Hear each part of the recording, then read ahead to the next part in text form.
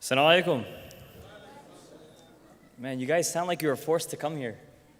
Let's try again. Assalamu alaikum. MashaAllah, MashaAllah. Bismillah ar-Rahman ar-Rahim. Alhamdulillah, wa salatu wa salam ala Rasulullah wa ala alihi, ashabihi wa min wala. Amma ba'd. I want to start off with a quick story. Back in 2011, during the Libyan civil war, my uncle, whom I did not know very well, was al-Rahman, was unfortunately killed in the war. And I didn't know him very well. So this was in 2011. 2012, my father and I go back to Libya. This is after 14 years. I hadn't been in Libya for 14 years. I go back. I want to see how the family's doing. And again, I didn't know my uncle very well. This specific uncle, all I knew of him was his voice over the phone. I talked to him. When my mom would shove the phone, it's like, talk to your uncle, talk to your uncle. Or, for example, a picture I saw. But I didn't know him on a very personal level. I wish I did, but I didn't, unfortunately. So when I went to Libya, I made it a point to learn about who my uncle was. I mean, as like if I didn't know him very well while he was alive, I might as well see what I can learn about him right now that he's gone. So I started asking different family members. I was like, what was my uncle like? What did he do? What was his personality? How was he like? And what I heard was amazing, subhanAllah. It was simple, but amazing. They would tell me he was a businessman. And my father would tell me these things too. My uncle would try so many different businesses. Sometimes he'd be doing trading, he'd import and export goods. Sometimes he'd have a car dealership. He ended up settling on having a very successful farm. But that's not what, the fact that he had all these businesses and he was, successful in that nature was not what inspired me. What inspired me is what he did. When I asked my family members, what did he do? What was he like? Okay, I know what he did, that was his living, but what was his personality like? How did he deal with the people? And whatever they told me, everything they told me is what brought me to tears. My uncle was a very generous and courageous man. My other uncle, his brother, would tell me that sometimes, he would just walk into my grandparents' house with a bag full of money and just say, take it, save it, use it for your needs. If somebody needed anything, if somebody needed a car, they would come to my uncle and say, I need a car, but I can't pay you yet. My uncle says, don't worry about it, just take the car, pay me later. And then they would come later and say, I don't have the money, I can't pay you. He's like, just keep the car. Just keep the car. The good, I'm not here to talk about my uncle, that's not the point of it. But I'm trying to talk about what inspired me to get on this path of entrepreneurship, to start dwelling, to start, putting myself in the shoes of an entrepreneur, to bring the societal good.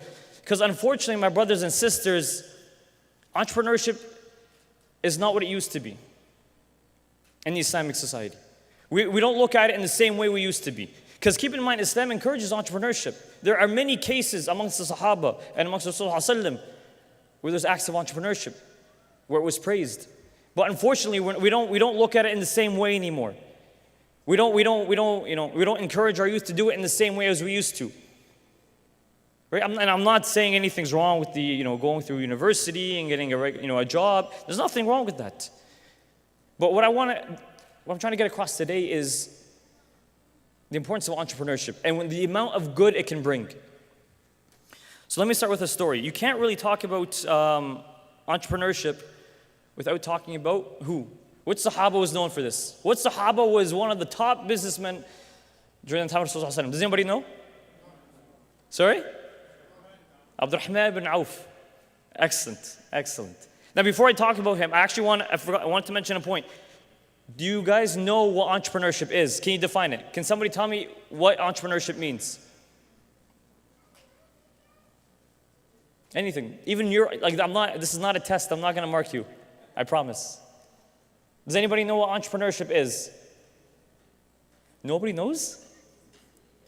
No problem. Khair inshallah, no worries. Entrepreneurship, if you look at the definition of entrepreneurship, it's the pursuit of opportunity when you don't currently possess the resources to get that opportunity. You're going after something, you have a goal, you have something you really want to get, but you don't have the resources yet to get that opportunity. But you're striving to work towards that. That is what entrepreneurship is. And as we go through, you'll see this. SubhanAllah, how Islam grew. You'll see how it grew. Do you notice it when you look at the seerah of Rasulullah? Do you notice it? How Rasulullah and Sahaba and Sahabiyat, they had this goal of making Islam grow. But they didn't have all the resources they needed to make that happen just yet. SubhanAllah, you see that? You see those similarities? When Islam was in its very early stages and the Prophet ﷺ wanted it to grow and the Sahaba wanted it to grow and they wanted to see it and to grow as something that everybody could take part in. So Islam could touch everybody in the world. They had this goal, but at that time when they first began, they didn't have all the resources. But they strived towards it. Now let's talk about al-Rahman ibn Auf. And again, you can't talk about entrepreneurship in Islam without mentioning al-Rahman ibn Auf. He's personally for me, he's one of my favorite Sahaba. A, because we share the same name, and B, because we're both interested in entrepreneurship. But look at Abdurrahman. When the Prophet ﷺ and the Sahaba migrated to Medina, when they made hijrah to Medina, from Mecca to Medina, what did Rasulullah ﷺ do? He paired up the Muhajirin with who? The Ansar. Inshallah. SubhanAllah. This was a very strategic move on the part of Rasulullah ﷺ to cultivate this sense of brotherhood right away as soon as they migrated. Because you have to understand, when they migrated, everybody was broke. They had nothing. They left everything behind. They left their family behind. They left their wealth behind. They left everything behind in Mecca. So Prophet ﷺ was pairing them up. So what happened? Prophet ﷺ went about pairing all the Muhajirin with the Ansar. And then he came and paired Abdurrahman ibn Auf with who? Does anybody know? The Ansar by the name of Sa'ad ibn Rabi'ah. Sa'ad ibn Rabi'ah was the wealthiest of the Ansar. Think about it. It was strategic. Prophet ﷺ, when he connected people who were similar in nature, similar in their interests, similar in what they did. Sa'ad ibn Rabi'ah who was the wealthiest of the Ansar. And he came to Abdurrahman ibn Auf and said, "Ya Abdurrahman, you're my brother now. I have 2 orchards. Pick the one you like, I will vacate it and you can take it. Additionally, I have 2 wives. Pick the one you like, I will divorce her and you can marry her." SubhanAllah, that's how much brotherhood they have. This was the connection they had, even though they just met, even though they were just paired up. This is how strong it was for them. But what did Abdurrahman ibn Auf do? He said, "May Allah put barakah in your family and your wealth." And he said his famous line. Do you guys know it? "Show me the souq. Show me the market." Abdurrahman was not a freeloader. He was a maker. He said, "Show me the market."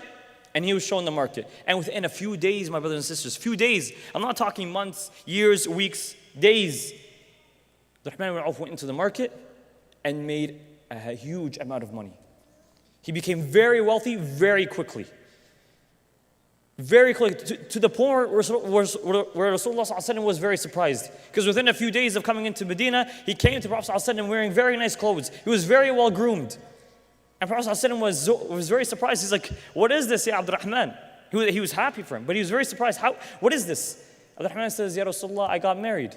He's like, "Already in a few days?" SubhanAllah.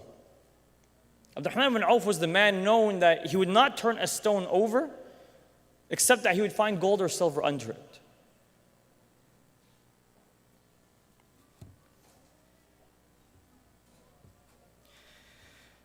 Now, this is fine and dandy. I'm talking to you about Abdurrahman ibn Auf.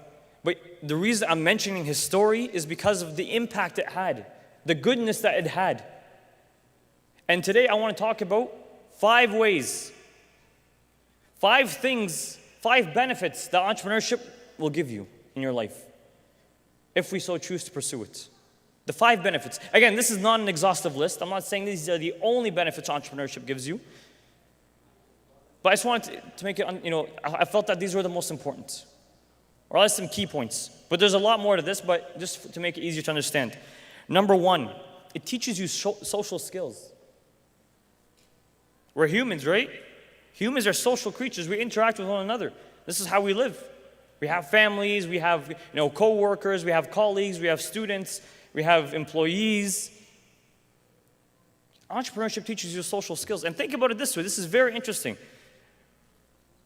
When the Rasul ﷺ was working as a merchant for Khadija radiallahu anha, have you thought about why, for example, we know why Allah subhanahu wa ta'ala, made each prophet a shepherd. We hear about that. Each prophet was a shepherd at one point. Because it teaches them how to take care of a flock. It teaches them responsibility. It teaches them how to take care of vulnerable people who need to be protected. But have we thought about perhaps why did Allah subhanahu wa ta'ala will for the Prophet ﷺ to become a merchant? Right? Again, this is a possible explanation, right? This is from my observation, the observation of others, because it teaches social skills. Because when you're a merchant, a businessman, an entrepreneur, you have to deal with so many different types of people. You're dealing with your employer, you're dealing with other merchants, you're dealing with customers, you're dealing with the law, you're dealing with your suppliers, and each and every single one of these different types of people need to be dealt with in a different way. And sometimes you're going to have angry customers. You're going to have, your boss is going to be angry with you. Your employers are going to be upset. So you have to be able to deal with that.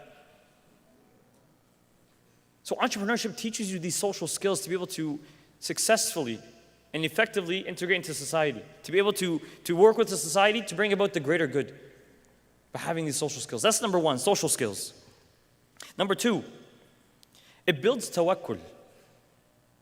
It builds tawakkul. You have to understand this. Does anybody here run their own business? Does anybody have their own business? We have a couple of brothers, we're having here. Any sisters with their own business? Sister had her hand up, mashallah. Alhamdulillah. May Allah bless you, your businesses. Ameen. Entrepreneurship helps build your tawakkul. I'm not saying this is this is the only thing that builds tawakkul. There's many other ways to build tawakkul. But I'm saying one of the byproducts of being an entrepreneur, of starting your own business, is it builds tawakkul. Think about it, because you have no idea what's going to happen with your business.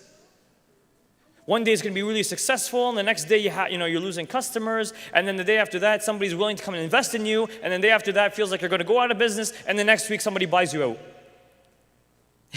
You have no idea what's going to go on. It's just up and down. And you're completely trusting Allah subhanahu wa ta'ala. If you had a job, for example, if you were working for somebody else, we may have this sense of, I'm going to get my paycheck in 2 weeks. I'm going to get my paycheck at the end of the month. There's some sort of security that may divert us away from having tawakkul. We should, regardless of whether we're guaranteed pay or not, we should have tawakkul on Allah subhanahu wa ta'ala. We should be trusting that Allah subhanahu wa ta'ala will provide us our rizq, not the company that we work with, or not the businesses that we're running. But entrepreneurship even more so, because you're putting everything on the line. Trust me. You as an entrepreneur, you undergo massive financial risks, personal risks as well. You have to make a lot of sacrifices. You don't know if your business is going to be successful. Many businesses will run for 2-3 years and they don't become successful and they end up failing. But as an entrepreneur, you have this tawakkul. You fully trust, you put in the effort, and Allah subhanahu wa ta'ala will take care of the result for you. Whether you succeed, whether your business succeeds or not, you don't look at that. You look at, I'm going to put in my effort, and whatever Allah thinks is best for me, I will take it. Time is up. Time is up. I'll wrap up in just in 1 minute right now, inshallah. And I was going to wrap it up with the last point here. I know I had 5 points, but I'll wrap it with this final point. The entrepreneurship builds communities and it builds societies for the above points that I mentioned. Because when you start a company, what do? You employ people. You give people opportunities. If you're successful, you make money, you have money now to invest in people and to invest in projects. The amount of entrepreneurship builds communities. And the amount of good it brings can go on and on. But unfortunately, the time is of the essence. But I'll end with this, if I can end with this. al-Rahman ibn Auf, near the end of his life, he fell unconscious. And he had a dream that the entire ummah was standing behind him. The next day, al-Rahman ibn Auf passed away. At his janazah, everybody in Medina was there. Every single person in Medina was there. Why? Because everybody in Medina was living off al-Rahman ibn Auf. He was so wealthy. 1/3 of Medina, al-Rahman ibn Auf, he paid off their debts. If anybody had debts, he paid them off. The other third, they needed loans. Al-Rahman ibn Auf gave them loans and he didn't ask for it back.